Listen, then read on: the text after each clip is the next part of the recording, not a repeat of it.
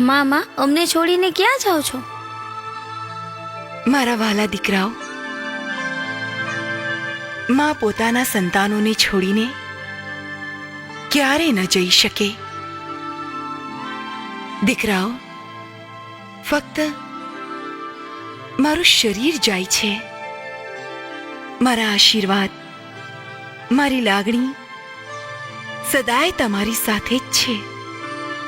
મારા ગયા પછી તમે ત્રણેય સુખેથી રાજ સત્તા ભોગવશો.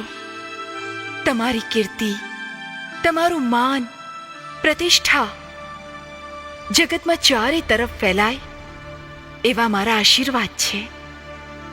હું સદાય તમારી સાથે જ છું. મારા દીકરાઓ, મેં તમને ઝાલીને બચાવ્યા છે, એટલે આજથી તમે આ જગતમાં ઝાલા તરીકે ઓળખાશો અને નામના મેળવશો. મેં ફક્ત તમોને નથી બચાવ્યા, આ ભૂમકાની રખેવાળી કરી શકે ને એવા મખવાન વંશ અને મારા અંશને બચાવ્યા છે.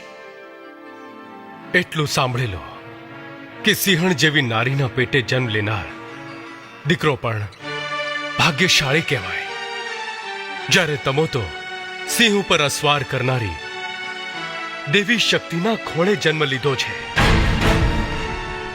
તમારું ભાગ્ય કેટલું રૂડું છે, અને કુંવરો કેટલા મહાન છો તમે. દીકરાઓ, હવે તમારે જન્મારાને સાર્થક કરવાનો છે.